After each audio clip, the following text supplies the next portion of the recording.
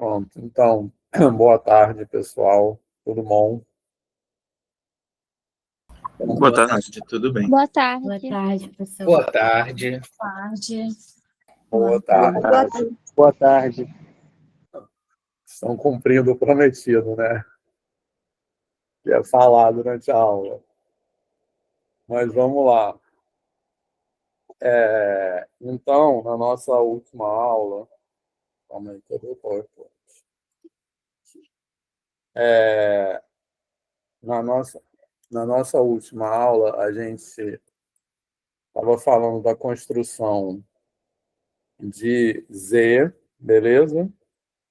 E a gente passou por esses passos aí até o passo 5. Tranquilo, pessoal? Só recapitulando. Quando terminou a nossa última aula, nós íamos começar o passo 6, que é a inclusão de N dentro de Z. Beleza? Todo mundo está situado? Como Sim. que essa inclusão de N dentro de Z, né, a gente vai, na verdade, o que a gente vai mostrar é que o domínio de integridade ordenado Z que nós construímos tem um subdomínio, que é uma cópia isomórfica dos naturais, beleza? Aí eu já vou explicar melhor o que quer dizer isso. E essa passagem tem várias observações importantes, tanto para a gente entender a estrutura matemática, e também tem relações importantes com a forma que a gente ensina matemática na educação básica e por que a gente ensina dessa maneira, né? Na última aula, vocês já me forçaram a dar alguns spoilers sobre isso, mas a gente vai retomar aqui hoje, beleza? Então, antes de avançar para essa parte, alguém quer falar? Não, eu só ia comentar aqui, mas N não pode ser um subdomínio, né? Porque não é um Tá domínio. certo. Na verdade, nem um subanel, tá certo. Existe uma subestrutura algébrica dos inteiros. O Arthur tem toda a razão, porque N não é um domínio, né? N não é nem sequer um anel, então eu não posso dizer que é um subdomínio. Mas eu posso dizer que é uma subestrutura algébrica, porque o que eu vou querer dizer quando a gente fizer esse isomorfismo de estrutura é dizer que as operações de Z são extensões das operações de N, ou, equivalentemente, as operações de N são restrições das operações de Z, beleza? Então, a gente vai poder identificar essas estruturas, mas vamos... Beleza, pessoal? Tá de boa? Tranquilo. Isso. Tranquilo? Então, como o Arthur está falando aí... Mas, na verdade, é o seguinte... Independente dos nomes, né, assim, o que é importante entender para o que a gente vai discutir hoje é que tanto N como Z têm estruturas algébricas. Tranquilo? O que eu quero dizer com isso? Que os naturais não... às vezes tem esses nomes, né? Semigrupo, né? Porque ele não tem nem... Por que é semi? Porque ele não tem nenhum inverso, né? Em relação a nenhuma operação. Beleza? Monóide, isso aí. Mas, independente dos nomes, por que eu estou dizendo que N tem uma estrutura algébrica? Porque N tem operações definidas e essas operações satisfazem um conjunto de propriedades. Beleza, pessoal? Tranquilo? Independente da nomenclatura, porque, como a gente já discutiu bastante, essa nomenclatura, a gente chamar uma coisa de anel ou não, deixa eu só avançar aqui, que eu queria colocar. Tem a ver com as necessidades da matemática na época. Por que a definição de anel é aquela, com aquelas propriedades? O que acontece quando a gente... O que aconteceria se a gente considerasse uma definição de anel com mais ou menos propriedades? A gente teria perdas e ganhos, né? Porque quanto mais propriedades a gente coloca, menos coisas satisfazem a definição. Mas o que a gente vai chamar de anel, ou o que a gente vai chamar de... Ou seja, como a gente vai escolher esses nomes, depende das necessidades da matemática naquele momento. Tranquilo? Não são nomes assim fixos. Tá? Isso está de boa para todo mundo? Tranquilo, pessoal? Todo mundo tem? Sim. Tá? É igual, por exemplo, quando a gente trabalha geometria, figura geométrica, tem aqueles nomes lá: paralelogramo, retângulo, trapézio. Mas isso não quer dizer que uma figura que não seja, tipo assim, um quadrilátero qualquer, que não seja nenhum daqueles nomes, que ele não seja um quadrilátero, do que quer dizer que ele não seja uma figura geométrica. Beleza, pessoal? Ele só não tem um daqueles nomes que são mais padronizados. Tá de boa? Então, eu estou falando isso, essa analogia, para dizer o seguinte: aqui, os naturais não tem nenhum daqueles nomes padrões, embora tenha esses outros nomes que são menos conhecidos, assim, que o Arthur colocou aí no chat, monoide, etc. Mas isso, independente do nome, o que é importante a gente ter clareza aqui para a aula de hoje é que os naturais, assim como os inteiros, têm uma estrutura algébrica, beleza? Certo? O que quer dizer que ele tem uma estrutura algébrica? Que ele tem operações internas definidas na linguagem de educação básica, operações fechadas que têm determinadas propriedades. Tranquilo? Beleza, pessoal? Eu não posso dizer, por exemplo, que os inteiros negativos têm uma estrutura algébrica. Tranquilo? Tá? Porque, por exemplo, o produto de dois inteiros negativos não é um inteiro negativo. Tá? A soma até né? Assim. Mas, enfim, quando eu digo que N tem uma estrutura algébrica, eu quero dizer que ele tem operações definidas internamente e que tem certas propriedades, embora ele não seja um anel, não tenha nenhum daqueles nomes. Beleza? Outro exemplo, os racionais têm uma estrutura algébrica, os irracionais como conjunto não formam uma estrutura algébrica com as operações de soma e produto. Beleza? Porque a soma de dois irracionais não é um irracional e o produto de dois irracionais não é necessariamente irracional. Tá beleza, pessoal? Isso. Sim, tá de boa? Então, independente do nome, o que é importante para a gente é que N tem uma estrutura algébrica e Z tem uma estrutura algébrica, né? Que a gente construiu aqui. Quando a gente construiu N pelos axiomas de Peano, a gente definiu N como conjunto, N como estrutura, a gente colocou a soma, o produto e a relação de ordem. E isso vai ser relevante porque a gente vai discutir no encontro de hoje, porque, como eu falei agora há pouco, essa inclusão de N dentro de Z significa a gente mostrar que a estrutura algébrica de N de Z, aliás, é uma extensão da estrutura algébrica de N. Beleza? Tranquilo? Ou seja, elas coincidem nos naturais. Diego. Eu fiquei com uma dúvida pequena. Uhum. Eu consigo visualizar, no caso dos irracionais,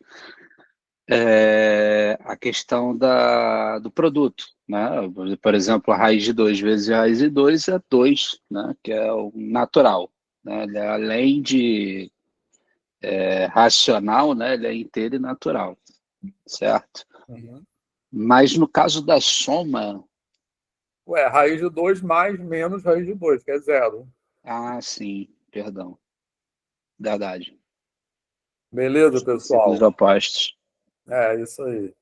Esse é um exemplo trivial, mas a gente poderia pensar em outros exemplos, né? Assim, é um exemplo trivial que eu digo mais simples. Essa palavra trivial é proibida, tá? Eu falei sem querer. Beleza? Certo, Diego? Tá tranquilo? Tranquilo. Tá. Então, vamos lá. Para a gente continuar para essa inclusão de N... Mais uma coisa, perdão, desculpa. Eu ia perguntar, fugiu da cabeça, que era o principal. Por conta dos irracionais não ter esses, como é que eu posso dizer, operações. Essas operações bem definidas, né, internamente, ele pode ou não ser considerado um conjunto? Não, pode ser considerado um conjunto, claro. Não pode ser considerado uma estrutura algébrica. Ah, sim. Conjunto pode, que é aquilo que eu falei.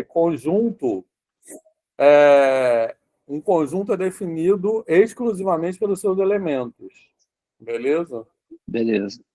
Certo? Então, um conjunto não precisa ter mais nada além dos elementos. Um conjunto é só os seus elementos. Tranquilo? Lembra que a gente fez aquela Uhum. analogia? Um conjunto é um saco cheio de coisas, mas sem o saco. São só as coisas dentro do saco. Beleza. Certo? Então, para a gente continuar só relembrando isso aí, o que está na ideia da definição dos naturais da maneira que a gente faz? Tranquilo? Nessa construção dos naturais, não, desculpa, dos inteiros.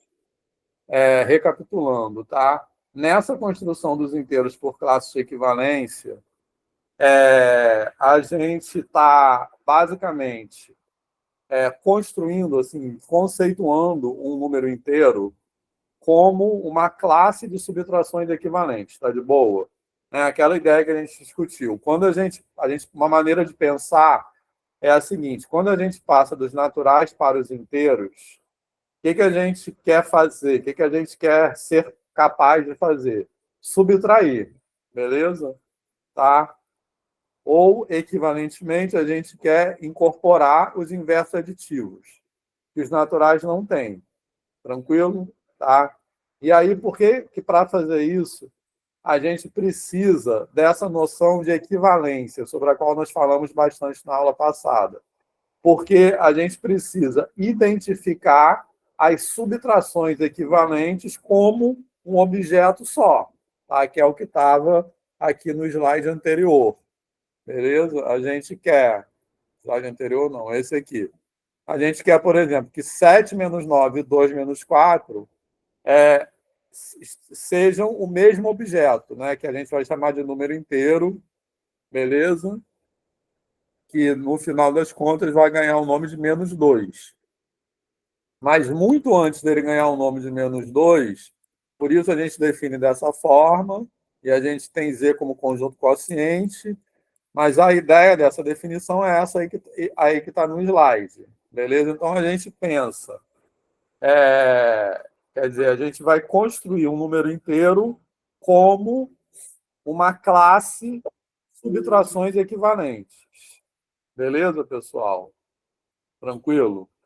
E aí a gente vai pensar num par ordenado de números inteiros, como está escrito ali do lado esquerdo desse slide. Um par ordenado de números inteiros, a gente vai pensar nele como estando associado a uma subtração. Então, as coordenadas desse par ordenado, a gente vai pensar nelas como minuendo, subtraindo. Por isso tem que ser ordenado, né?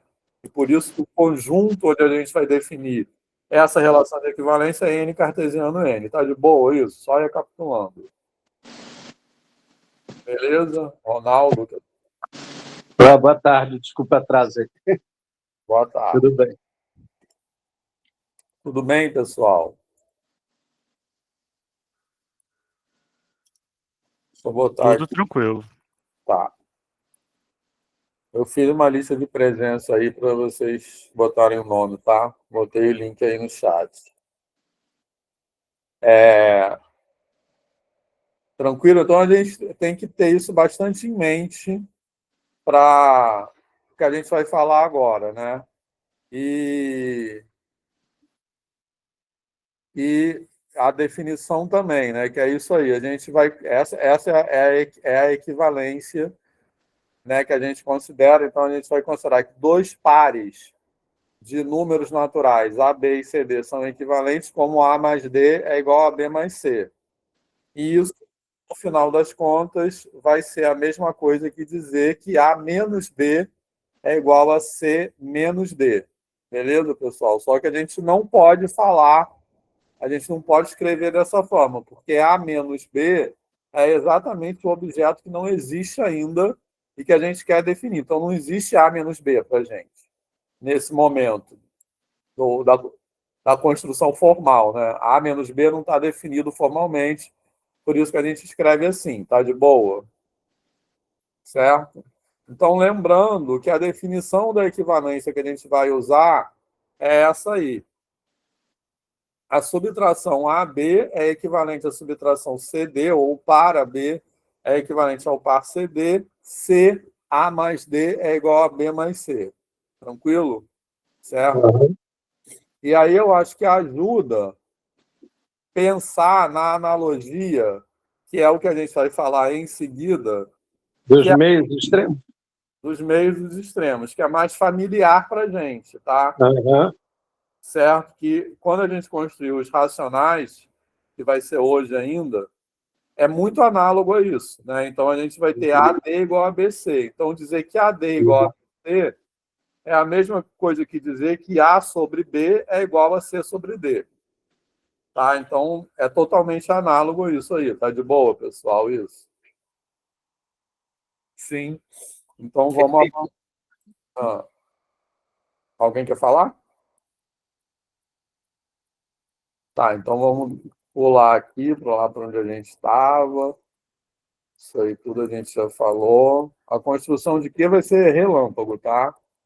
Porque ela é análoga a isso. Pronto. Então, aqui, a gente vai incluir N dentro de Z. Beleza? Então, uma coisa importante também que eu acho sobre isso, que eu comentei na aula passada, é que a primeira vez lá, quando eu estava na graduação, quando eu ouvi falar nisso aí, que você... E a mesma coisa vai acontecer daqui a pouco quando a gente for construir Q, tá? Certo? E quando a gente vai construindo esses conjuntos numéricos, a gente não constrói diretamente um como extensão do outro, tá? A gente não constrói N, quer dizer, Z, tipo assim, como se eu estivesse expandindo N diretamente. Eu construo assim, ó. Deixa eu botar outro slide aqui. Calma, eu vou voltar nisso. Eu construo assim, ó. Esse verde aí seria os naturais. Eu vou fazer isso, eu vou fazer agora isso. Então, tipo assim, como os naturais estão aqui, os inteiros estão aqui. Aí Tranquilo? depois você mostra uma inclusão, Isso. depois da construção. Aí depois eu vou pegar Z que está aqui e vou mostrar que dentro de Z tem algo que é análogo a N, que seria uma cópia isomorfa. E aí é como N está aqui, Z está aqui, e eu vou puxar N para dentro de Z. Seria mais ou menos essa a ideia, beleza, pessoal? Tá de boa? E o que eu estava comentando é que a primeira vez que eu ouvi isso, essa construção, me pareceu, isso eu acho que é muito importante assim para como a gente ensina a educação básica, tá? Essa construção me pareceu artificial, porque eu estava muito acostumado com a ideia de um conjunto nascer a partir do outro, um ser extensão do outro. Só que hoje isso me parece mais natural até, porque, de fato, eu acho que os naturais são uma coisa, os inteiros são outra, e os racionais são outros, os reais são outros, são outra. Então, quando a gente coloca um dentro do outro, é uma identificação que a gente faz mesmo na matemática contemporânea e que não é a única forma de fazer. Tanto que, como a gente já falou aqui, os gregos não faziam. Então, os gregos não faziam essa identificação. Tinha o mundo dos números e o mundo das grandezas. Então, como a gente já conversou bastante, na matemática grega, as comparações entre as grandezas que eram abordadas na matemática grega por uma teoria de razões e proporções não eram vistas como uma extensão dos números naturais. Então, eles ficavam aí, os naturais estão aqui e os racionais, aquilo que a gente poderia identificar com os racionais, estão aqui. Não colocavam um dentro do outro, beleza? Então, essa coisa de colocar um dentro do outro é uma coisa que a gente faz, uma opção que a gente faz na matemática contemporânea. E não é a única possível, fez sentido. E eu acho... Mas na educação básica, isso acaba fazendo assim, sentido para os alunos, né? Como se as coisas fossem se complementando. Então, Essa forma de fazer, eu acho que na educação básica não dá. Agora, a gente ter essa visão é muito importante para a gente poder, né, ensinar daquela outra forma. então, na educação básica, eu acho que ter essa reflexão é importante, porque eu acho que na educação básica, cada vez que a gente que o aluno começa a ter contato com um novo tipo de número, ele ressignifica o conceito de número. Então, acho que por isso que eu acho que é importante, né? Então, de fato, eu acho que na educação básica, a identificação do 3 natural com o 3 sobre 1 fração não é imediata. E a gente tem que ter atenção para essa identificação. E não é mesmo. E a Não é gente mesmo. passa batido, né? Assim, Arthur. Eu ia comentar que eu acho que é natural nesse contexto e bom também, porque como você está falando isso de fazer a construção e depois mostrar a inclusão, e acaba sendo natural mesmo, eu acho que é nesse contexto que é bom ver que é interessante estudar outros sistemas numéricos, que nem eu sempre enfatizo bastante o tempo todo, porque mostra que nem sempre essa inclusão vale, né? Então, é um caso particular dessa concatenação, dessa matriótica de conjuntos, assim, nesse caso desses sistemas, assim, né? E pode ser que para outros sistemas, em outra direção, isso não ocorra. Exatamente. Isso aí. Então, acho que é saudável ter isso em mente. Então, isso que o Arthur falou, eu acho que é muito importante, porque isso nos ajuda, aquela coisa que eu sempre fico batendo, né? A desfazer essa visão de universalidade da matemática, beleza? Porque a gente tende a pensar que essa maneira que a gente tem de organizar, por exemplo, as ideias numéricas, por meio das inclusões sucessivas dos conjuntos numéricos, não é a única maneira possível, beleza? E existem outras maneiras, assim, certo, Arthur? Quer complementar? Não, era só isso. É porque eu acho que fica difícil, às vezes, que nem você falou, quando a gente está no início da graduação, e ensinam para a gente já como se fosse uma coisa já naturalmente dentro da outra, mas aí nessa construção mostra que tem que fazer essa visão desse isomorfismo com uma subestrutura, né? Fato. E Então, no caso de coisas que não tem isso, torna mais evidente ainda, né? Cuidado com isso. eu acho que essa inclusão aí, ela ajuda a desnaturalizar isso. Isso, de fato, é uma passagem que a gente está vendo, não é uma coisa dada, entendeu? É uma coisa que a gente constrói assim. Você deu um exemplo muito bom dos gregos, né? Os Então, naturais estão aqui, os racionais são outra coisa. e pronto. Exatamente, outra coisa, completamente diferente. Isso E não o é. Arthur falou dos outros sistemas, né? De numeração também. Isso. Aí depois o Arthur pode dar um monte de outros exemplos de peáticos, etc.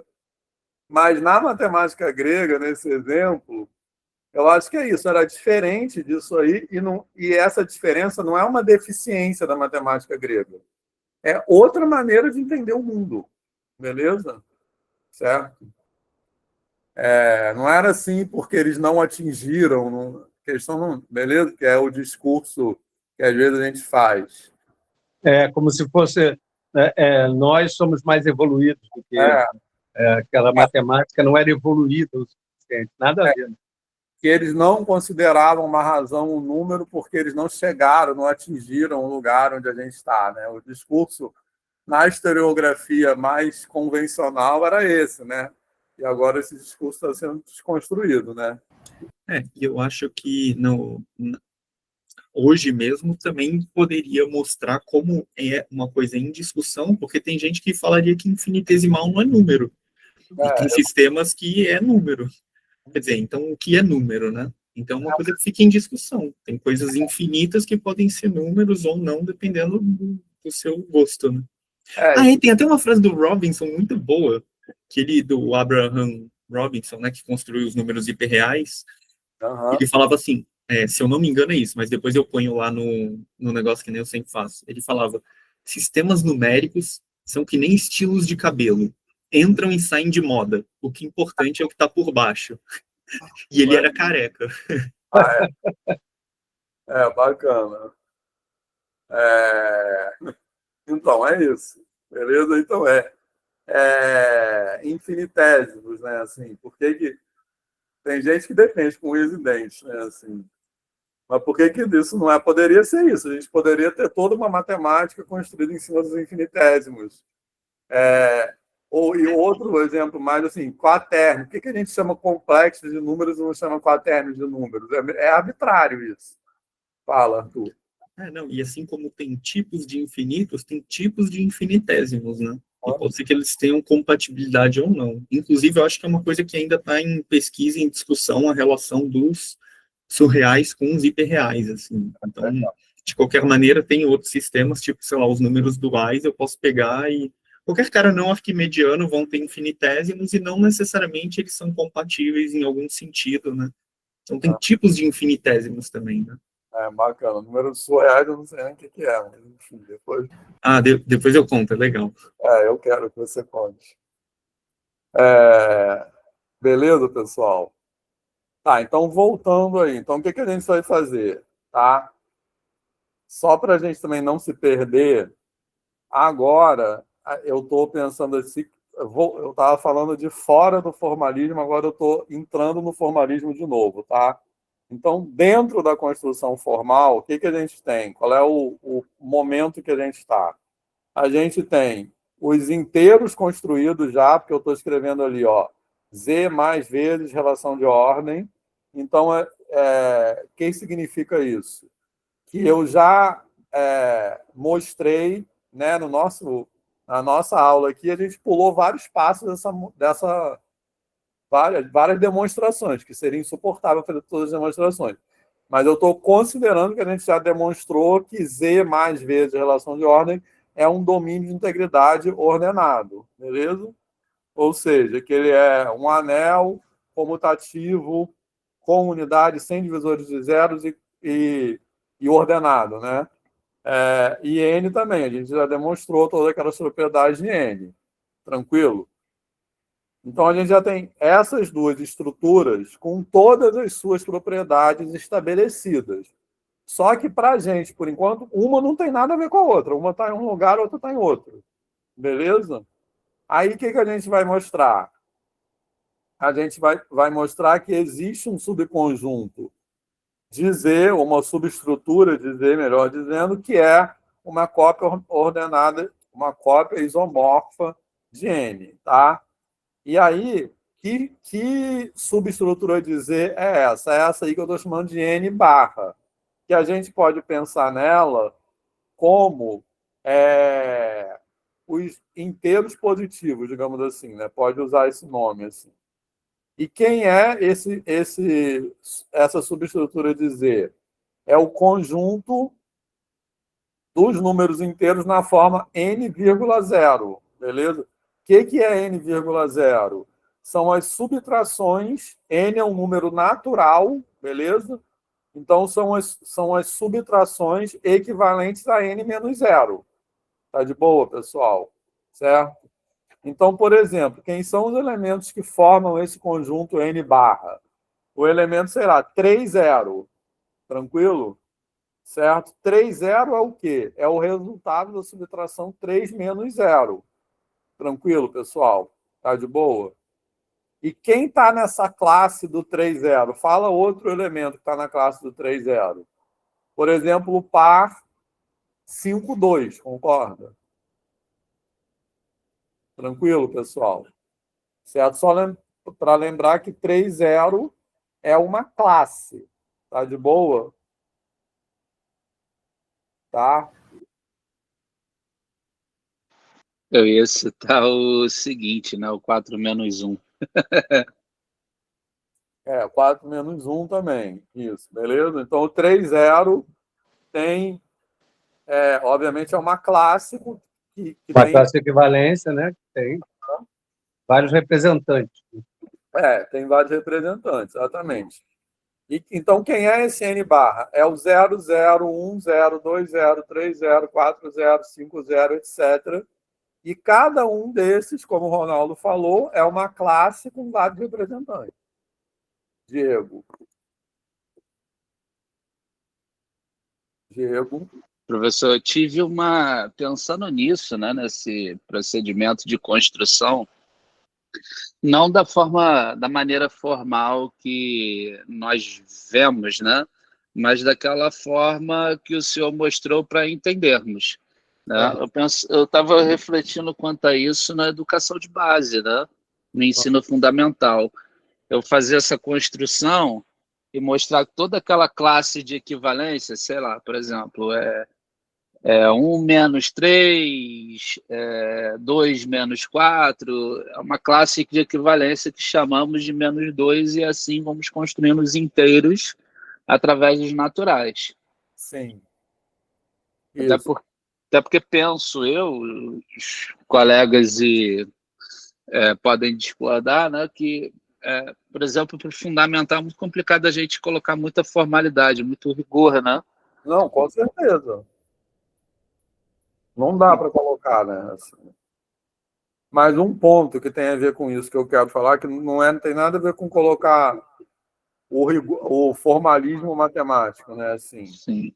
Mas é aquela coisa que foi aquele spoiler que eu dei na última aula, que é por que a gente trabalha com frações equivalentes e não trabalha com subtrações equivalentes? Porque a gente não precisa. Mas eu vou dizer Exatamente. que mesmo não precisando, a gente poderia, seria bacana. Entendeu? Aí Exatamente, faríamos o porque processo de subtração equivalente, né? Desculpa. não, fica tá falando que eu estou. Mas é exatamente porque quando a gente vai falar de número racional, né, no ensino fundamental, a gente necessita da coisa de falar da classe de equivalência, dos Isso. equivalentes. E quando a gente está falando de números inteiros, como a gente não necessita, a gente nem pensa. Por isso é muito legal, cara, ver essas construções, porque a gente pode ficar imaginando o que dá para fazer no ensino fundamental, né, sem formalizar tanto, né? Isso. Então, isso aí pode ser uma ideia de um trabalho, tá? Sobre isso. Arthur. Uma coisa que eu ia comentar também, talvez caiba agora, é que eu estava até conversando com o Leandro, porque fazer essas construções todas me fez pensar sobre a construção justamente de Zeia, que a gente vai fazer de Q daqui a pouco, né, dos inteiros e dos racionais. E é interessante que a gente sempre comenta da de N no sentido de quem fez e por quê, né, porque tinham pessoas discutindo, né, o Peano, o Frege, o Russell, etc., e também nos reais também, no sentido de... Só um minuto, desculpa.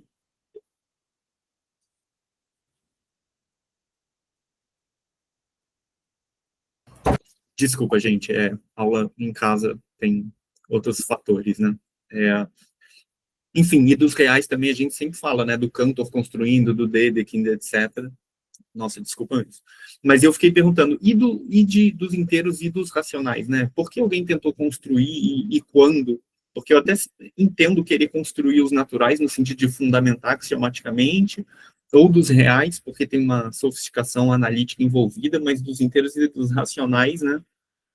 E eu fui pesquisar. Então, eu descobri, tem um livro, inclusive, é um livro recente, quer dizer, na verdade é 2015, do autor chamado Leo Corey, e chama A Brief History of Numbers, depois eu posso passar a referência, e nele ele explica que essa construção foi feita pelo Dedekind também, porque ele justamente estava pensando sobre essa questão de números, e o Dedekind é considerado um matemático muito formal, assim, porque ele pensava de maneira muito abstrata, e muitos matemáticos da época dele não se importavam com isso nem um pouco, assim, mas ele queria tentar organizar uma estrutura com a outra e nesse tipo de formalismo.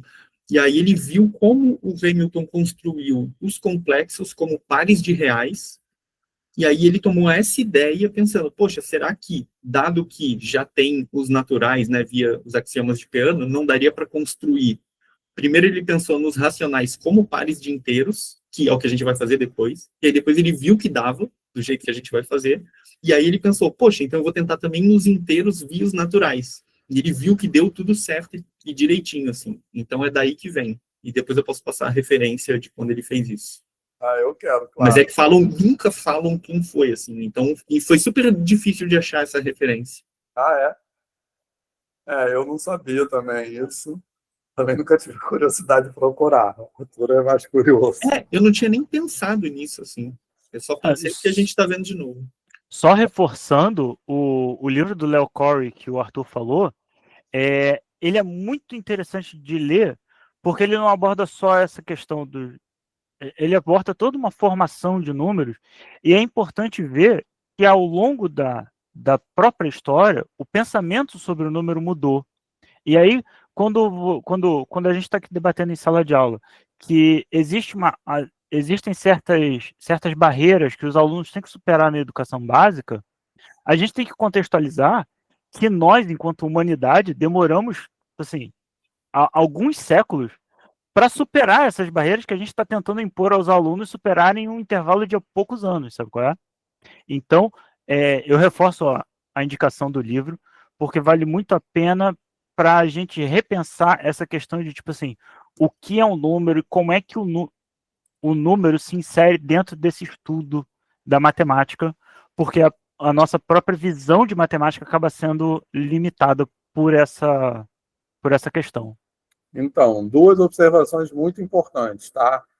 Uma é assim, que o Arthur tinha falado antes, que, tipo assim, a construção dos naturais e dos reais são as mais badaladas, digamos assim. Por quê? Porque os naturais é o começo, né? Então, como você começa a axiomatizar o conceito de número? Os inteiros e os racionais são meio que desdobramentos da construção dos naturais, né? Assim, mas os naturais é onde você começa, tanto que não é axiomático que a gente está falando. O natural é onde você começa axiomaticamente.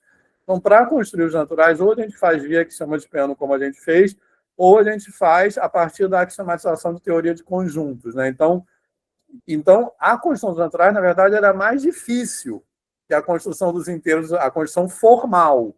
Por quê? Porque é meio que o começo de tudo, é a base de tudo. Então, você tem menos ferramentas, né?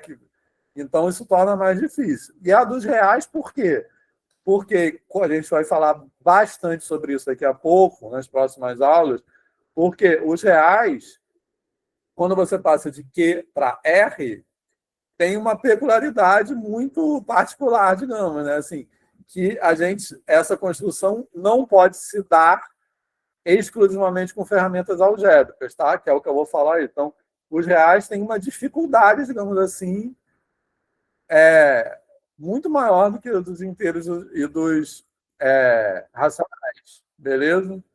E dos naturais, é aquilo que você falou muito, né? Como é o início de tudo, você tem que escolher o que vai ser axioma, né?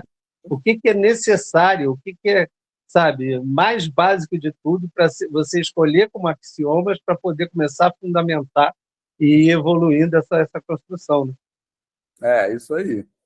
Diego. Eu estava pensando assim, né?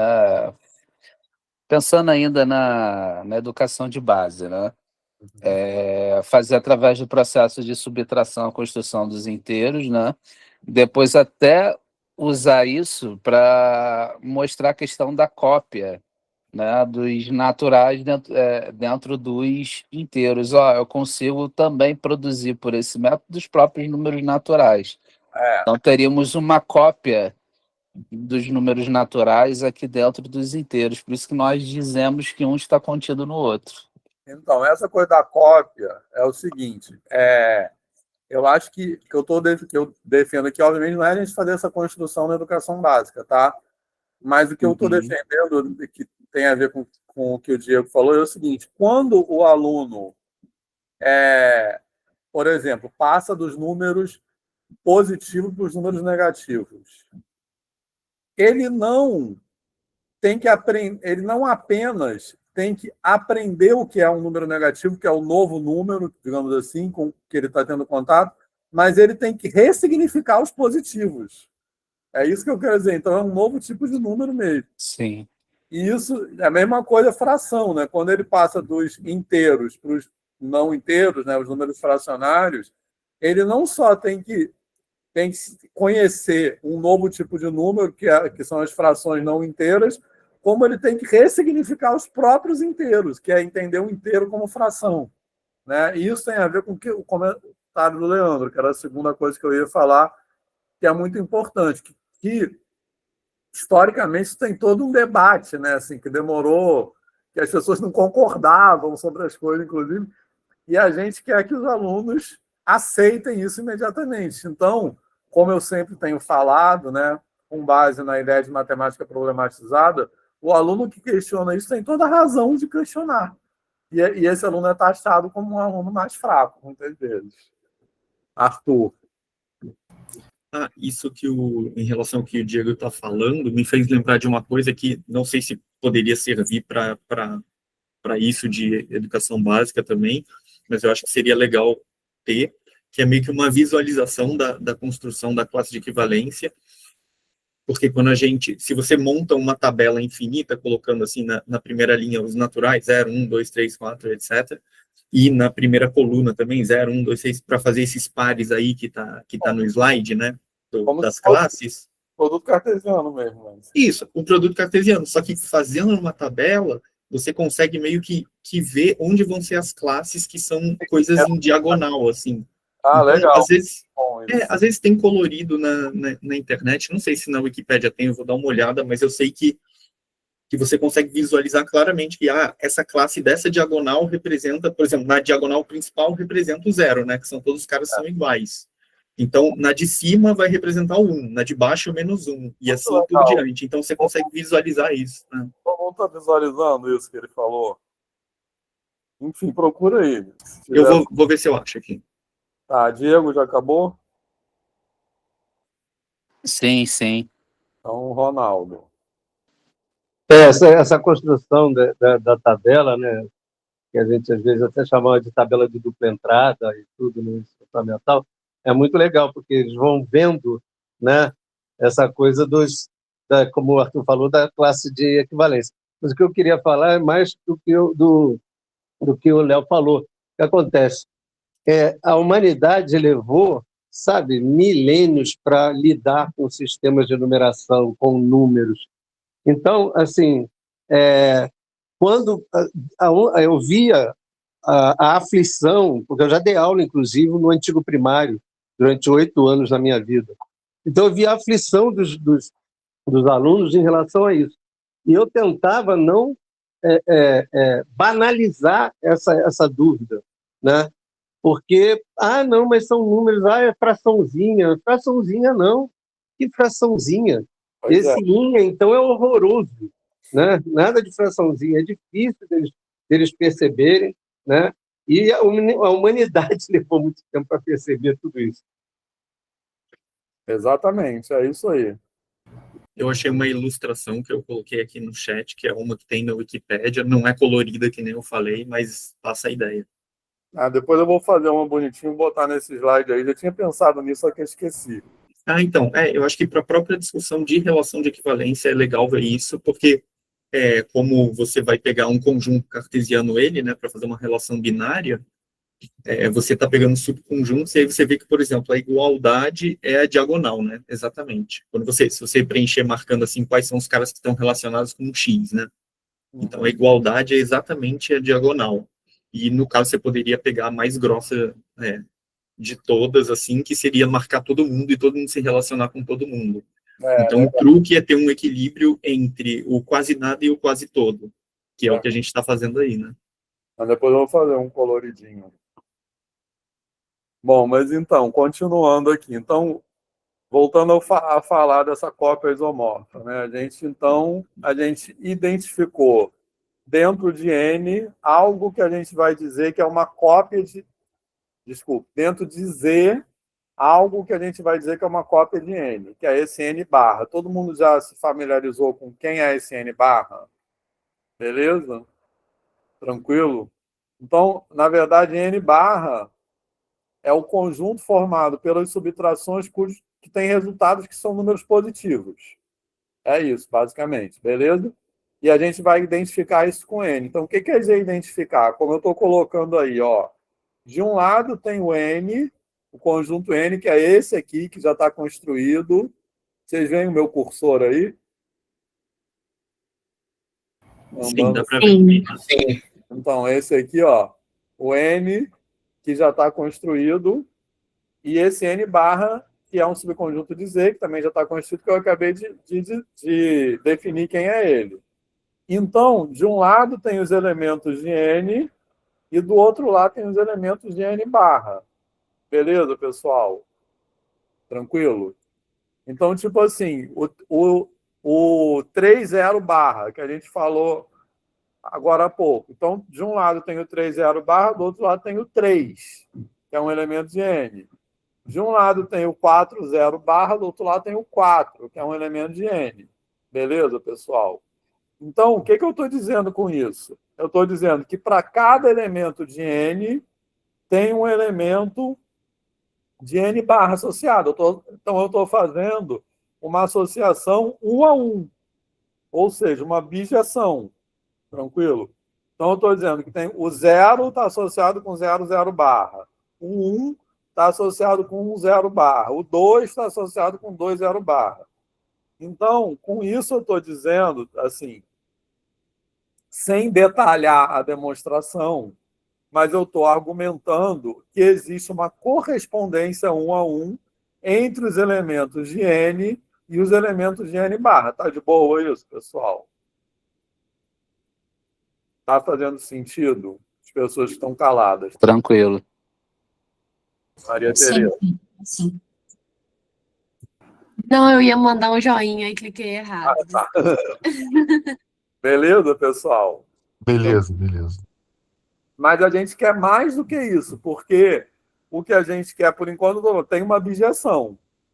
Mas uma bijeção é uma, digamos assim, é uma equivalência entre conjuntos. A gente quer mais do que isso, a gente quer uma equivalência entre estruturas. Então, mais do que uma bijeção, a gente quer aquilo que a gente chama de um isomorfismo. Exatamente. Precisa ter um isomorfismo, e não só uma bijeção. Isso. Então, o que é um isomorfismo? É uma coisa que, além de ser uma bijeção, preserva a estrutura algébrica. O que é a estrutura algébrica? É a soma e o produto e a relação de ordem, que eu estou colocando também. Então, eu vou chamar de φ essa bijeção. Então, eu vou dizer que somar de um lado é a mesma coisa que somar do outro lado. Ou seja, eu tenho o 2 associado ao 20 barra, o 3 associado ao 30 barra. Beleza? Se eu somar 2 mais 3, quanto dá? 5. Beleza? Se eu somar 20 barra mais 30 barra, quem dá? 50 barra. Beleza? Tranquilo? Tá? Então, com isso eu estou dizendo que a soma é preservada nessa estrutura. Ó, o que eu estou escrevendo aí é generalizando. Se eu pegar M0, generalizando isso que eu falei do 2 e do 3, né? Se eu pegar 20 barra, M0 barra e somar com N0 barra, quanto dá isso? Por definição de soma, isso dá N mais N, 0 mais 0. Mas 0 mais 0 é 0. Então, isso dá N mais N. Beleza? Agora, esse N mais N, que é N mais N 0 barra, de um lado, ele está associado com quem do outro lado? Com N mais N. Fez sentido isso, pessoal? O que eu estou querendo dizer? Que sempre que eu pego elementos correspondentes de um lado e do outro, eu somar de um lado e somar do outro vai dar os resultados serão elementos correspondentes também. Fez sentido, se estivesse no quadro seria bem melhor, tá? Mas ficou confuso isso ou fez sentido? Sim, pessoal. Tem sentido. Então, A minha dificuldade aí está em ver o 0 mais 0, né? como assim? É o outro lado, né? Por que soma o 0 mais 0? Mas é só um estranhamento. Mas foi a definição, não foi? Vamos lá. Porque 0 é elemento neutro, né? Então 0 mais 0 é 0. Mas olha só, o que a gente fez, a primeira passagem ali, M0 barra mais N0 barra é M mais N, vírgula 0 mais 0. Por quê? Porque a definição de soma Nos inteiros é assim, A, B mais C, D é A mais C, B mais D. Então, o que eu usei nessa primeira... Agora sim. E depois 0 mais 0 é 0. Entendeu? Sim. Mas, então, o que eu estou querendo dizer? Que eu estou querendo dizer assim, eu pego 2 e 3. Aí, de um lado, eu tenho 2 e 3. Do outro lado, eu tenho... Quem são os correspondentes a esse? 2, 0, barra, 3, 0, barra.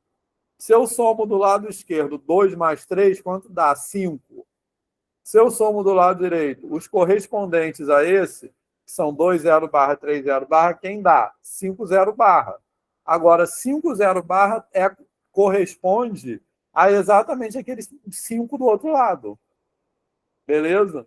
Então, eu estou dizendo com isso que essa função φ, além de ser uma bijeção, ela preserva a soma. Beleza? Tranquilo? Então, somar de um lado e somar do outro vai dar na mesma. Fez sentido isso? Então, ela é mais do que uma bijeção. E, além de preservar a soma, o mesmo argumento, ela preserva o produto, e aí eu estou fazendo o mesmo procedimento, eu estou usando a definição de produto, e chego à conclusão que dá a mesma coisa, e preserva a relação de ordem. Beleza? Tranquilo, pessoal, que é a mesma ideia da soma. Certo? Então, é isso que é um isomorfismo. Beleza? Um isomorfismo entre estruturas algébricas é uma função entre esses dois conjuntos que, além de ser uma bijeção, preserva a estrutura daquele conjunto. No caso, a soma e o produto. Beleza, pessoal? Tá de boa? Tá? Então, enunciando isso de uma forma... É isso aí, ó. Esse teorema que a gente está mostrando. Tranquilo? A função φ, definida dessa maneira, de n em n barra, que a cada número natural, n, associa o número inteiro, n0 barra, ela é um isomorfismo entre as estruturas n mais vezes e n barra mais tranã. Por que ela é um isomorfismo? Isto é, ela é bijetiva. Beleza? 2, ela preserva a soma. Somar do lado esquerdo vai dar o mesmo resultado se eu somar do lado direito. 3, ela preserva o produto. Multiplicado do lado esquerdo vai dar o mesmo resultado multiplicado do lado direito. 4, ela preserva a relação de ordem. Comparar de um lado vai dar a mesma coisa que comparar do outro lado. Tá de boa isso, pessoal? Certo? Fez sentido isso para todo mundo? Fez. Fez. Tá? Lembrando que tem que fazer sentido porque nos racionais a gente vai passar nisso tipo de flash, tá? Porque é tudo... beleza? Então, nesse caso, a gente diz que esses conjuntos eles são isomórficos. Existe um isomorfismo entre eles. O que quer dizer isomórficos? Que eles têm estruturas algébricas exatamente análogas. Tranquilo, pessoal? Certo? Aí, então, olha só, isso aí que eu estou dizendo. N, Z, contém uma cópia isomorfa de N. Então, de um lado eu tenho N, do outro lado eu tenho Z, dentro de Z eu tenho esse N barra, que é isomorfo a N. Beleza? Então, aí tem esse desenho aí, eu estou dizendo que eu posso identificar N com N barra. Por que eu posso identificar? Porque eu estou dizendo que N é isomorfo a N barra. Beleza? Dizer que ele é isomorfo é a mesma coisa que dizer que eles são iguais a menos isomorfismo. O que quer dizer iguais a menos isomorfismo? É isomorfo, né? Mas por que a gente usa esse termo? Porque a única coisa que distingue esses dois conjuntos é um isomorfismo. Tranquilo? Então, por isso que é iguais a menos isomorfismo. Então, eu posso, se eles são iguais a menos isomorfismo, quer dizer que, do ponto de vista algébrico, que é o ponto de vista que me interessa no momento, eles se comportam exatamente da mesma maneira. Beleza? Então, eu posso considerar que eles são iguais, porque para os propósitos para os quais eu estou interessado, eles se comportam da mesma maneira. Beleza, pessoal? Então, na prática, digamos assim, eles são iguais. Certo? É como se, quando eu falo que eles são iguais, a mesmo isomorfismo ou isomorfos, que é a mesma coisa, como se eu estivesse dizendo o seguinte: a diferença entre eles é uma mera questão de notação. Beleza? Em vez de eu escrever 2, eu escrevo 2, 0, barra. Mas como tudo se comporta da mesma maneira, eu posso identificar essas notações. Fez sentido isso? Certo? Tá? Então, eu posso considerar que N está identificado com o subconjunto de Z. Ou N é um subconjunto de Z, porque se ele está identificado, na prática é a mesma coisa. Fez sentido? Eu acho que talvez uma maneira de falar também sobre isso é que nem quando está fazendo o espaço quociente via uma relação de equivalência, quando você faz a construção, você tem, no caso, pares, né? No exemplo que a gente fez, pares equivalentes, mas que no quociente vira igual, né? Então, são coisas equivalentes, mas aí, quando você passa no quociente, você vê como igual. Então, você pode fazer a construção aí diferente, mas aí, quando você olha com a mesma estrutura, aí você está vendo como igual. Exatamente. Boa. Tá de boa, pessoal? Tá tranquilo isso? É uma cópia idêntica, só que um foi gerado por isomorfismo. Essa é a única diferença, né? Que é a notação. Isso aí. Beleza? Então, vamos lá.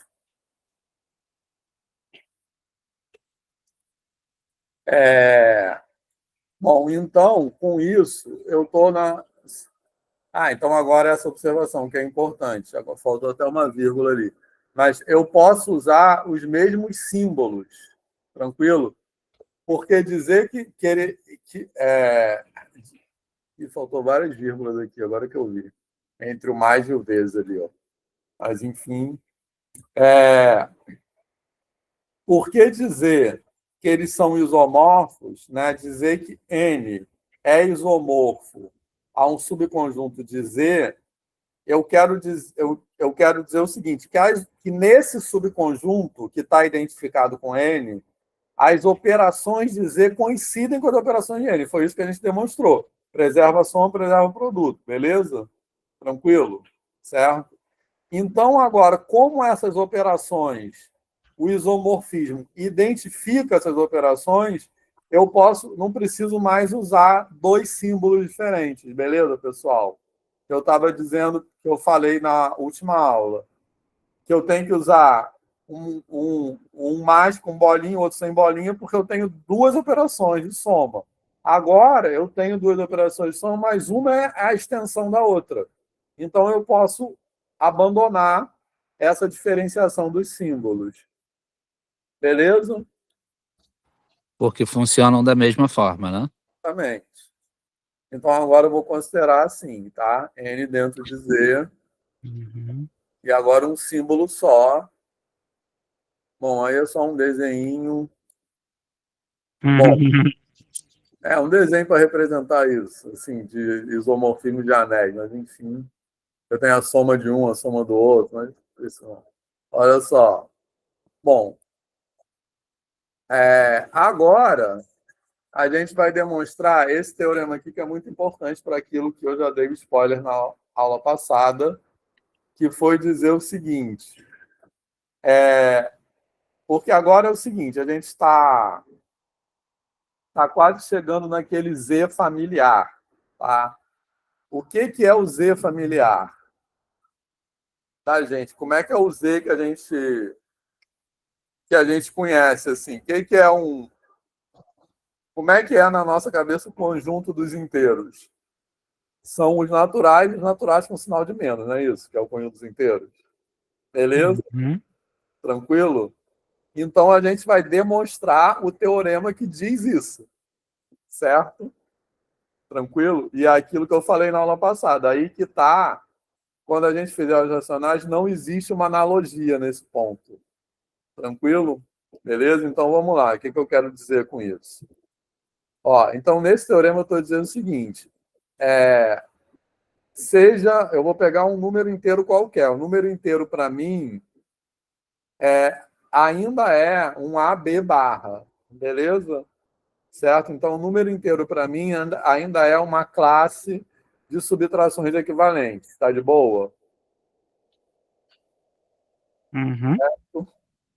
Tranquilo? É. E aí, vale uma e somente uma das alternativas. Ou esse AB é zero, ou esse AB é um n,0 para algum número natural positivo n, ou ele é um 0,n.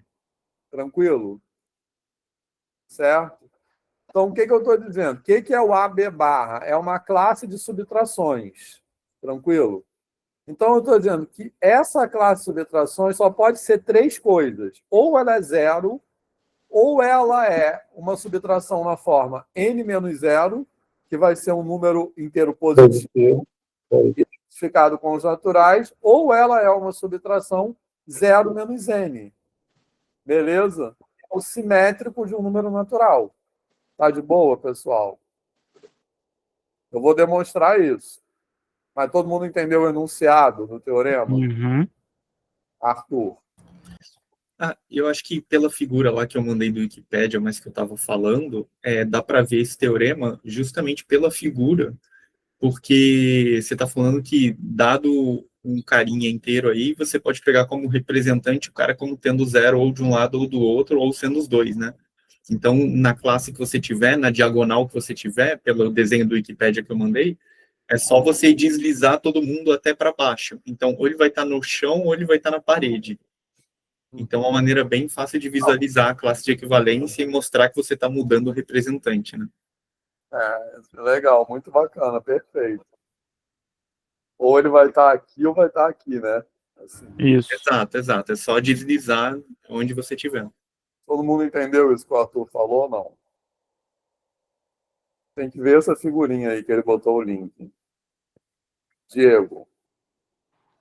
Eu entendi ali como no 1, né, que é o I, né, A igual a B, no segundo A maior do que B, e no terceiro o B maior do que A.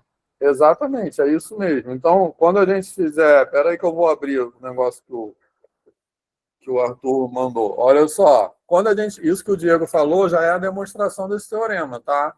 Porque a demonstração desse teorema, ela vem exatamente, é isso que ele falou, ó. Quando AB é igual a 0, 0, é porque A é igual a B. Quando AB é igual a n,0, é quando A é maior do que B. E o terceiro é quando B é maior do que A.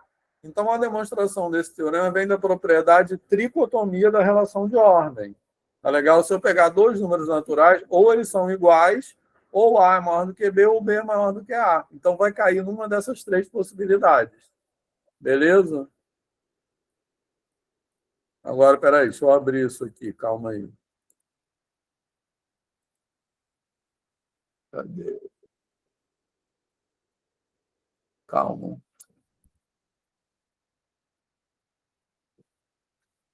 Tá aqui. Pronto. Fala aí, Arthur. Nesse caso, a tabela está por baixo, né? Que está como se fosse meio que um plano cartesiano, né? Mais do que uma tabela. Mas é marcando os pontos inteiros, né? Em pares. E aí, cada uma dessas diagonais pontilhadas são as classes de equivalência que a gente está tomando. Todo e aí, mundo... se você pegar... que o Arthur falou, ó, essa diagonal do meio, 0, 0, 1, 1, 1, 2, 2, é o zero.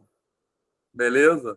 A diagonal de cima, ó, 0, 2, 1, 3, 2, 4, é o menos 2. Eu pulei uma, né? Enfim, Mas serve essa, ó, essa aí, 0, 2, 1, 3, 2, 4, 3, 5 é o quê? É o menos 2. Uhum. Beleza? Tanto é que em azul está representado o que é ele como inteiro, né? E muito legal é que dá para ver os simétricos em relação A a essa diagonal. diagonal principal, né? Um barato isso também. Exato. É Não, uma não? representação legal. Muito legal, que são as inversas de funções, né, também. Pô, muito legal. E aí o teorema é qualquer ponto que você me der, eu vou estar numa dessas linhas. E aí o que você está falando é que você pode descer ela toda assim nessa direção da diagonal e vai estar ou no chão ou nessa parede lateral aí. Então, é E isso. achei maravilhoso. Eu achei maravilhoso porque faz bem a ideia de cada, né, sequência de natural, né, formar ali os inteiros, né? Eu achei muito legal. Porque Então, mostra bem o espaço quociente de uma vez só, né? exatamente. Uhum. Espaço quociente é isso aí.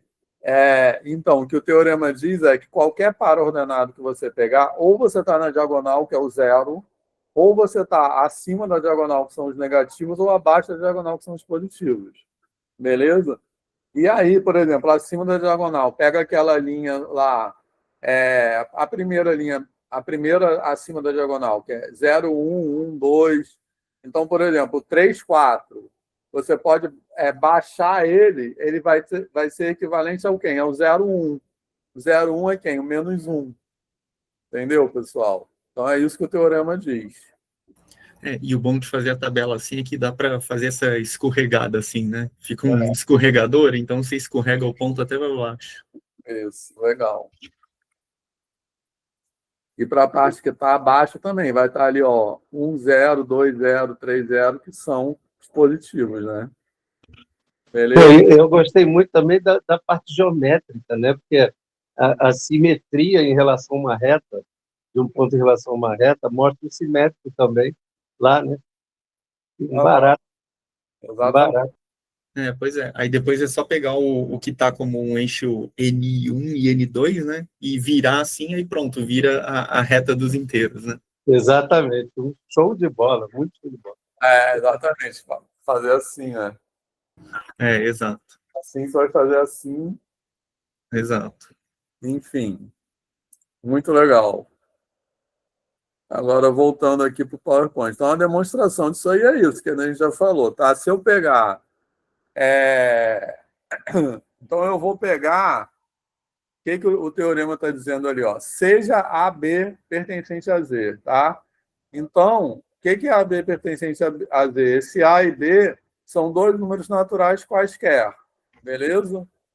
Tranquilo? Então, pela tricotomia da relação de ordem N, vale uma e somente uma das alternativas. Ou um é maior do que o outro, ou eles são iguais, ou o A é maior, ou o B é maior, beleza?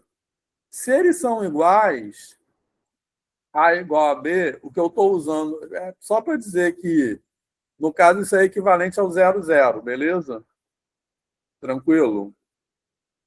Mas o que eu estou usando aí é a definição de igualdade dos números naturais. É aquele... esse 0, 0 que eu escrevi aí, A mais 0 e B mais 0, é como se fosse um C e um D, beleza? Então, eu estou dizendo que A mais 0 é igual a B mais 0. Eu só taquei esse mais 0 aí para aparecer o par 0, 0. Beleza, pessoal? Tem sentido isso? Tá? Mas, bom, acho que vai aparecer mais claramente no outro. Ó. Bom, aí o segundo caso. Se A for maior do que B. Na definição, repara só, eu estou trabalhando aqui com a definição de ordem dos naturais, beleza? Porque A e B são números naturais, certo? Então, como é que é a definição da relação de ordens naturais? Se A é maior do que B, é porque A é igual a B mais alguém. Tá de boa isso, pessoal? Lembra que a gente falou disso lá quando a gente estudou os naturais? Então, eu vou pegar esse A igual a B mais N, que está aqui, e vou escrever A mais 0 é igual a B mais N. Tá de boa? Então, esse 0 e N que apareceram aqui é como se fosse um C e um D. Beleza? Certo? Então, eu posso pensar assim, ó, A mais 0 é igual a N mais B. E pela definição de igualdade, de equivalência, aliás, isso é a mesma coisa que dizer que AB é equivalente a N0, ou que AB barra é igual a N0 barra. Fez sentido isso? Sim. Estou usando essa definição de equivalência, tá? Que é a soma dos extremos é igual à soma dos meios. Então, um extremo aqui é o A e o B, e o meio é o N e o 0, tá? Certo? Bom, e aí o outro... Opa, a mesma coisa. Então, a demonstração é essa. Tá de boa, pessoal, isso? Tá? Espera, Vitor, o que que é isso? Eu não prestei atenção, eu não entendi. O que que é isso de extremos e de meio? É É porque eu estou fazendo analogia que é aquele negócio que a gente faz a soma dos meios, do produto dos meios é igual ao produto dos extremos. Que é AB igual a CD. Só que no caso é A mais D é igual a B mais C. Ah, entendi. Ah, tá, é que eu nunca ouvi É assim. aquela analogia da proporção, né? Isso, é porque eu nem gosto desse negócio de produto dos meios igual ao produto dos extremos. Mas assim, só porque eu acho meio babaca isso, mas é só porque é uma coisa que às vezes se fala assim, e só para destacar essa analogia. Mas o que eu estou usando aí, para concluir que AB é igual a N0 no item 2 e que AB é igual a 0N no item 3, é essa equivalência, beleza, pessoal? Tá tranquilo? Tá? Tranquilo. Então vamos lá. Qual é a situação que a gente está? Então agora a gente tem assim, a passagem de N para Z, quer dizer, quando eu passo de N para Z, eu incluo em N os inversos aditivos, beleza? Tranquilo? Mas, mais do que isso, eu incluo os inversos aditivos e somente os inversos aditivos. O teorema que eu acabei de demonstrar, ele diz exatamente isso, que não existe nenhum número inteiro que não seja um número natural ou o inverso aditivo de número natural. Diferente do que vai acontecer nos racionais, que a gente vai ver em seguida. Tá de boa isso, pessoal? Fez sentido? Sim. Sim. Então, eu tenho Z, eu estou escrevendo o Z como a união de dois conjuntos, que no caso aí, do jeito que eu escrevi, a interseção desse conjunto é o 0, tá? Mas não importa. A união de dois conjuntos. N0 barra, que são os positivos, que está aqui. Espera aí. E esses positivos, os inteiros positivos, estão identificados com os naturais, e os inteiros negativos, que são os inversos aditivos dos naturais. Tá de boa isso? Certo? E eu acho que se você colocasse no... Você poderia escrever como uma união disjunta para enfatizar essa maneira que você está falando. Então, se você colocasse um asterisco no segundo N de natural ali, né? Poderia ser uma união disjunta, para mostrar que você está acoplando esses negativos, né? Isso. Isso aí. Posso botar uma terceira união também, botar o asterisco nos dois. Ah, sim, e o 0 no meio. Assim, né? Isso. Beleza, pessoal? Todo mundo entendeu isso que o Arthur falou? Mas, enfim, mas tá de boa isso? Bom, então agora, finalmente, os inteiros têm aquela cara que nos é familiar. Tranquilo? Então, na verdade, quando eu estou dizendo assim, o que são os inteiros? São os naturais, união com os inversos aditivos dos naturais, beleza? Certo, pessoal? Tá? Então, todo inteiro ou é um natural ou é o inverso aditivo natural. Então, O que isso significa? Significa que, para ter uma representação dos inteiros, tudo que eu preciso é de uma representação dos naturais, que eu já tenho, E uma representação para os inversos aditivos, né? e um símbolo Um para símbolo. os inversos aditivos, que é o sinal de menos que eu uso. Beleza? Então, agora, em vez de eu usar a notação 0n barra, eu vou usar a notação menos n, mas poderia ser n chapeuzinho. Né? Tudo que eu preciso é de uma notação para isso. Beleza? Certo? Fez sentido isso? Tá? Aí, por isso que eu falei aquilo. Por que a gente não usa na educação básica essa notação e essa ideia de subtração equivalente? Porque toda subtração equivalente ou é um número positivo ou um número negativo, não tem outra coisa.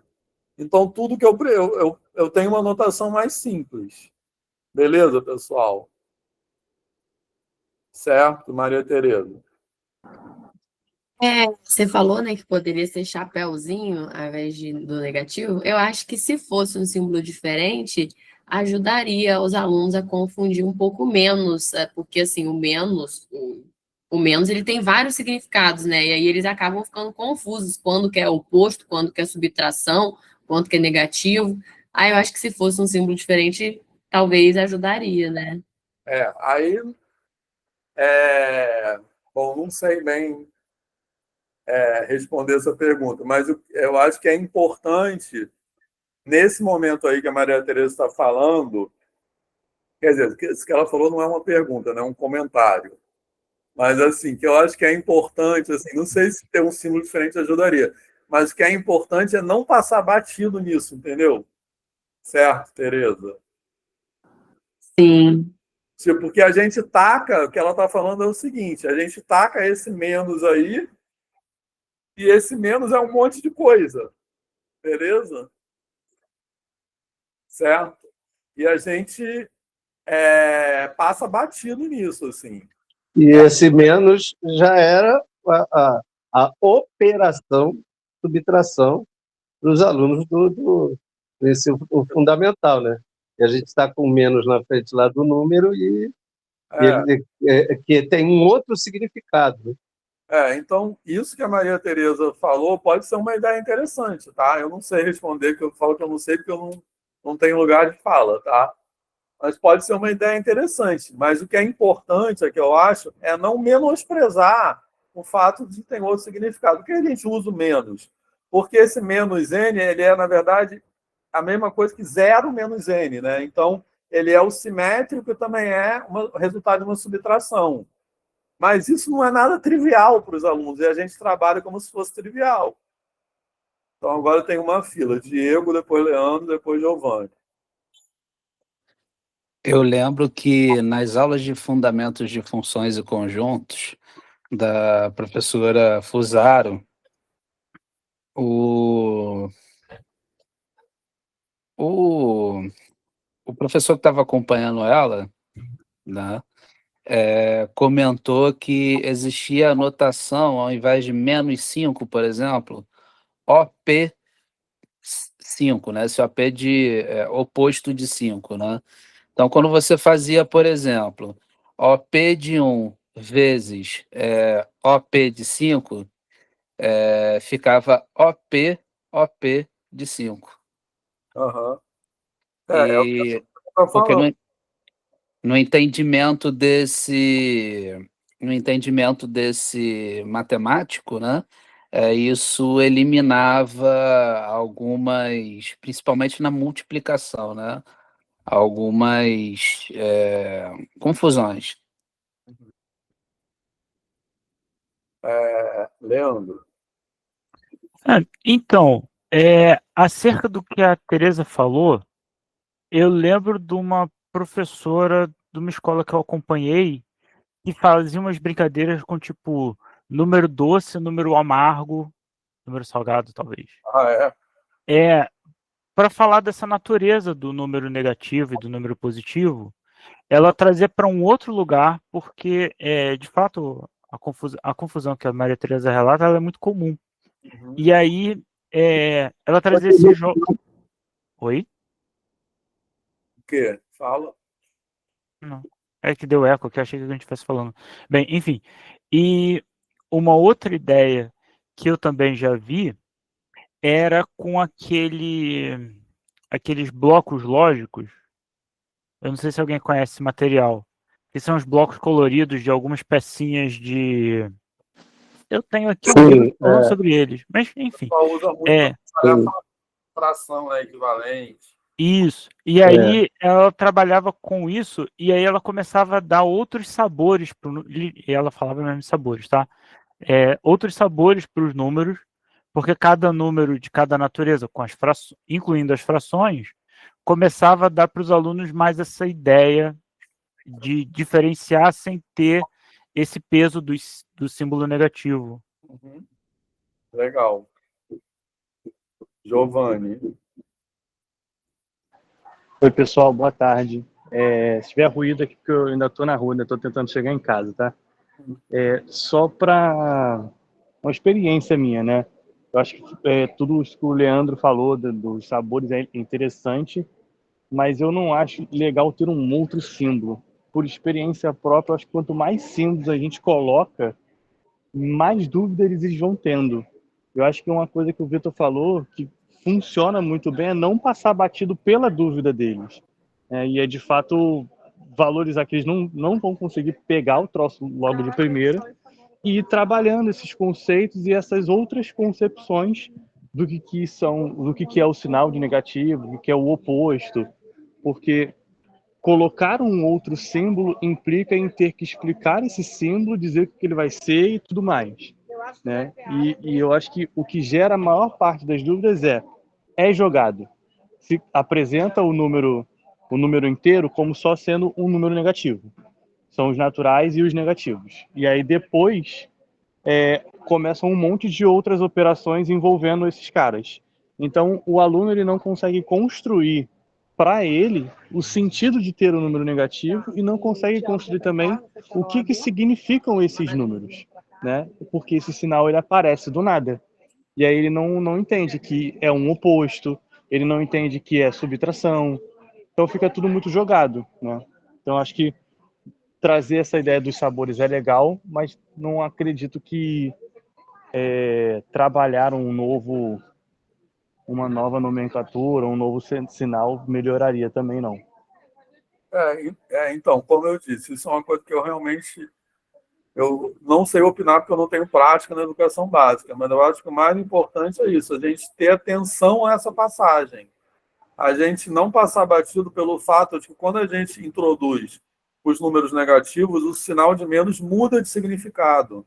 Quer dizer, ele amplia o seu significado. E a gente tem que ter alguma estratégia, aí pode ser usar outro símbolo, pode usar sabor, mas a gente tem que ter alguma estratégia pedagógica que tenha atenção para esse fato. E não assim, e pronto. Natália. Giovanni acabou? Sim. Natália. Eu concordo em parte com o Giovanni, né? De que colocar outro símbolo ou outra ideia de comparativa nessa questão do número, né, ser negativo e tudo mais, e da subtração, eu acho que complicaria um pouco mais o ensino, porque a gente estaria gerando um novo significado dentro do conteúdo. E aí o aluno iria compreender esse novo significado com algo que a gente está fazendo um comparativo, mas aí depois a gente teria que trazer novamente fazer esse comparativo com os significados do menos, né? De representar um número negativo, representar a subtração, e aí pode ser que seja muitos significados para que ele consiga conectar os assuntos. E aí haja alguma dificuldade nessa conexão, né? Dessa relação entre, por exemplo, o sabor e o significado da subtração. E ele não compreenda. Então, eu acho que aí pode acabar gerando mais um problema, mais uma dificuldade, e aí não uma solução. E, enfim, eu acho que é melhor encarar mesmo a dúvida que pode vir a surgir e ir trabalhando com isso dentro do raciocínio do próprio aluno, né? De ir questionando e ir caminhando ali com os raciocínios deles, e as dúvidas e as dificuldades. Enfim, é uma coisa para a gente, uma discussão bacana, mas acho que isso que é o mais importante, né? A gente reconhecer que essa é uma discussão relevante, né?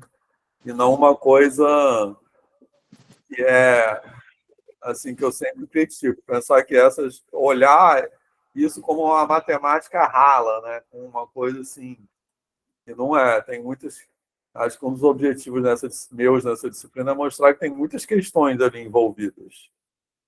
É não normalizar essa coisa, dar atenção, e acho que cada turma, vai te dar um feedback diferente, e você dá bastante atenção a cada uma das dúvidas.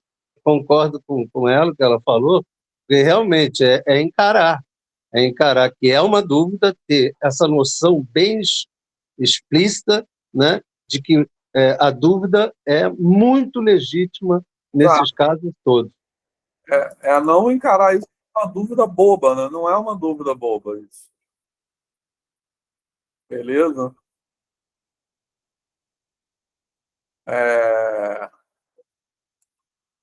Mas então, mais algum comentário, Diego? Professor, eu penso, talvez não usando, né, uma outra notação como o matemático propõe, mas usando como um acessório, eu dizer, né, isso aqui é o oposto do oposto de 5 vezes 1, por exemplo, né? Para dar a ideia de aí explicar que o oposto, né? Se o oposto de um número é menos, né? A volta vale, né? O oposto do oposto vai ser mais, né? Ou vice-versa, né? Se o oposto do número negativo é positivo, tá? Então o oposto do número aí faz a inversão, né? O oposto do número positivo faz o caminho inverso, né? Isso aí. Isso escrevendo, né? O Vitor mostrou isso em sala, né? Essa coisa ter uma ideia sobre trabalhar em números negativos usando a reta. Eu acho que é muito importante. Sim, aí você fala, sim. é a direção oposta. Você está indo para lá, vamos na direção oposta. Sim. Você está voltando, né? Eu acho que essa é uma coisa bem interessante de se trabalhar quando você trabalha com números inteiros, né? É trabalhar na reta. Sim, para ter o visual, né? Isso aí. Quer dizer, que eu acho que é importante a gente trabalhar bastante o significado do sinal de menos como simétrico. E aí trabalhar na reta a maneira de geometricamente visualizar essa simetria, né? Sim. Tem mais alguma observação sobre isso? Então a gente pode ir para o intervalo e